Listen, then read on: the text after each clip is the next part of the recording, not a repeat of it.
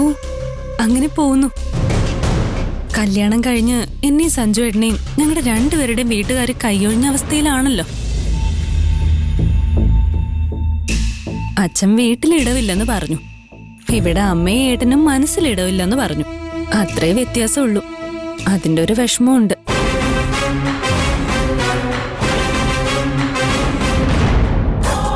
ഞങ്ങളോട് എന്തൊക്കെ വാശിയുണ്ടെങ്കിലും ഞങ്ങളുടെ കുഞ്ഞിനോട് അച്ഛൻ വാശി കാണിക്കരുത്. അത് നിങ്ങളുടെ കൂടെ ചോരയല്ലേ.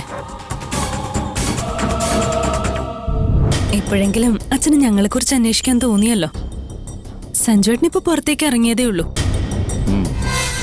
അവനോട് സംസാരിക്കാനായിരുന്നെങ്കിൽ ഞാൻ അവന്റെ ഫോണിലല്ലേ വിളിക്കൂ. എനിക്ക് സംസാരിക്കാനുള്ളത് മോളോടാ.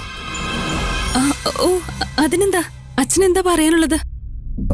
അതിങ്ങനെ ഫോണിൽ വിളിച്ച് സംസാരിക്കേണ്ട കാര്യമല്ല, അത് നേരിട്ട് പറയേണ്ട കാര്യങ്ങളാ.